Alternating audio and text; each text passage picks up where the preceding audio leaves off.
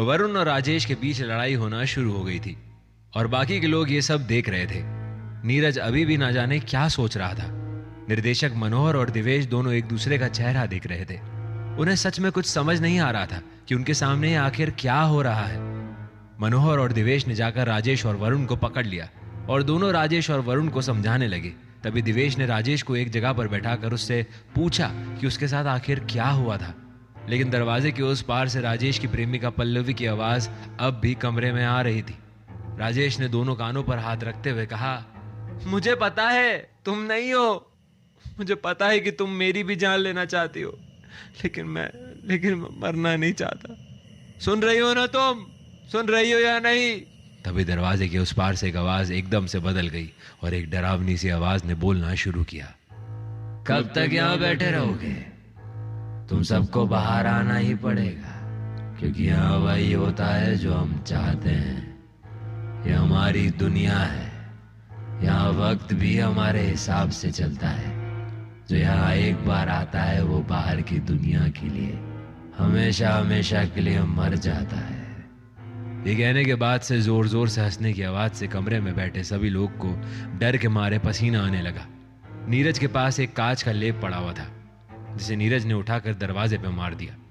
हंसती हुई आवाज वहां से आहिस्ता आहिस्ता दूर होती चली गई और प्रियंका जाकर वरुण को गले से लगाकर रोने लगी। मनोहर भी नीरज के पास जाकर बैठ गया। दिवेश भी राजेश के पास बैठा हुआ था। राजेश जोर जोर से रोने लगा, जिसकी वजह से कमरे का माहौल एकदम गमगीन हो गया था। दिवेश ने राजेश को हौसला देने की कोशिश की, लेकिन सब जानते थे कि इस जेपी ब्लॉक मेरठ की बिल्डिंग से बाहर निकलना नामुमकिन है। विजयराज शर्मिला के पैरों में बैठा शर्मिला के पैरों में मालिश कर रहा था और शर्मिला एक टक बड़े ही प्यार से विजयराज को देख रही थी। तुम्हें पता है विजयराज, मैं तुमसे बहुत प्रेम करती हूँ, लेकिन गुरु सम्मा ने हमारे साथ जो किया वो बिल्कुल भी ठीक नहीं था। इसलिए वो आज भी तुम्हारे साथ की हुई उस गलती की सजा उस कुएं से भुगत रहे हैं। बाहर कुएं से फिर चिल्लाने की आवाज आई और शर्मिला अपनी जगह से उठकर खिड़की के पास जाकर गुस्से में बोली, चुप कर जाइए अब आपकी वजह से हमें श्राप को भुगतना पड़ रहा है।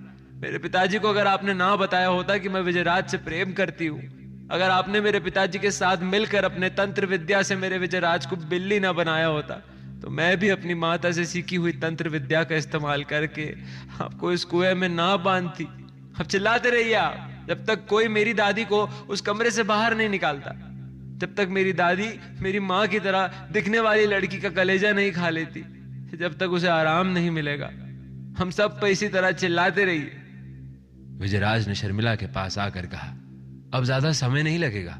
उन लोगों के साथ एक लड़की भी आई है जो यहाँ तुम्हारे कमरे में तुम्हारे गहने और कपड़े पहनकर बिल्कुल तुम्हारी माँ की तरह लग रही थी। शर्मिला ने मुस्कुराते हुए कहा, प्रियंका, मैंने अपने माँ के बचपन की तस्वीर को देखा है। मेरी माँ हूबहू उसी तरह लगती है विजयराज, लेकिन पिताजी।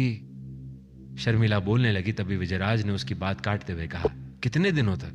क्योंकि जो यहाँ आता है वो हमेशा हमेशा के लिए बाहर की दुनिया के लिए मर जाता है। शर्मिला और विजय एक दूसरे को गले लगाकर जोर जोर से हंसने लगे। वहां बाहर के दरवाजे के पास इंस्पेक्टर भागता हुआ अंदर की तरफ आया, लेकिन वो जिस चेहरे का पीछा करते हुए आया था वहां कोई भी नहीं था। इंस्पेक्टर का ध्यान घर के दरवाजे की तरफ गया जो बंद था, और घर के अंदर किसी भी तरह की कोई चहलकदमी भी नहीं हो रही थी।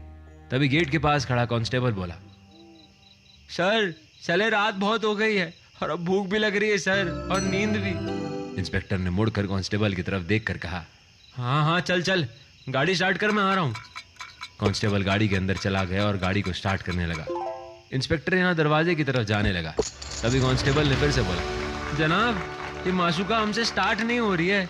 अरे शादीशुदा आदमियों से नहीं होती है ये, रुक आता हूं मैं। इंस्पेक्टर ये कहते हुए दरवाजे के पास से वापस चले गए। तभी दूर से हाथ में लालटेन लिए वही आदमी वापस दरवाजे के पास जाकर बैठ गया। बारिश बीच बीच में रुकती, फिर होना शुरू हो जाती, और हवाएं भी अपना काम इसी तरह से कर रही थी। इंस्पेक्टर ने गाड़ी एकदम से स्टार्ट कर दी। कांस्टेबल से रहा नहीं गया, फिर वो बोला, सर आप जरूर कोई जादू मंत्र जानते हो, ये ऐसे स्टार्ट हो नहीं सकती, मैं मान ही नहीं सकता। इंस्पेक्टर ने कांस्टेबल को डराते हुए कहा, हाँ मेरी माँ अपने इलाके की मानी हुई डायन थी, उससे ही सीखा है मैंने। तुझे भी सीखना है तो चल मेरी माँ के पास। कांस्टेबल डर गया था, लेकिन जाहिर नहीं करना चाहता था, तो उसने ऐसे ही बातों बातों में कह दिया, क्यों झूठ बोल रहे हैं सर, आपकी मम्मी तो इसी घर के अंदर गई थी और फिर उनकी लाश माफ़ कीजिए सर, वो क्या है ना सर, जब भी आपको और इस घर को देखता हूँ तब सब कुछ याद आ जाता है। इंस्पेक्टर ने गाड़ी स्टार्ट की और वहां से तेजी के साथ गाड़ी लेकर निकल पड़ा थाने की तरफ।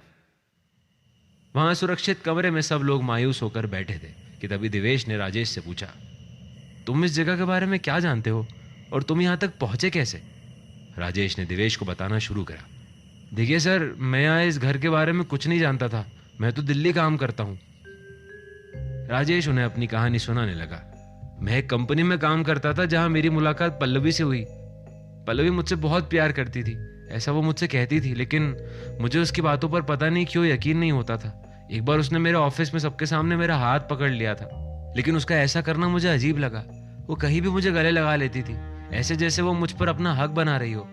आहिस्ता आहिस्ता हमारी नजदीकियां बढ़ने लगी। मुझे अब भी कुछ अजीब लग रहा था। एक रात हम दोनों मेरे घर पर डिनर कर रहे थे और तभी उसने अपने बैग में से खीर निकाली और 2 कटोरी में डाल दी। मैं कुछ पल के लिए इधर उधर हुआ और उसने अपने बैग से कुछ निकाला और खीर में डाल दिया। मेरा बिल्कुल भी मन नहीं था उस खाने को खाने का, पर मना भी नहीं कर पा रहा था। तभी पता नहीं कहां से एक बिल्ली आई और उसने मेरी कटोरी जमीन पर गिरा दी और वो बिल्ली उसे पीकर वहां से चले गई। ये सब देखकर पल्लवी का व्यवहार देखने लायक था। मतलब वो इतना गुस्से में आ गई थी कि उसके हाथ अगर कुछ होता ना तो वो मेरी जान ले लेती। मैंने किसी तरह से उसे संभालने की कोशिश की, हालांकि ये करना बड़ा मुश्किल था, लेकिन फिर हम दोनों कुछ दिन एक दूसरे से मिले नहीं। मुझे पल्लवी की फिक्र होने लग गई थी, सो मैं उसके घर चला गया जहां वो अकेली रहती थी। पल्लवी अपने कमरे में आईने के सामने खुले हुए बालों में बैठी हुई थी, पर पता नहीं क्या मंत्र उच्चारण कर रही थी। मैंने दरवाजा खोला तो एकदम से घबरा गई और मुझसे सब छुपाने लगी।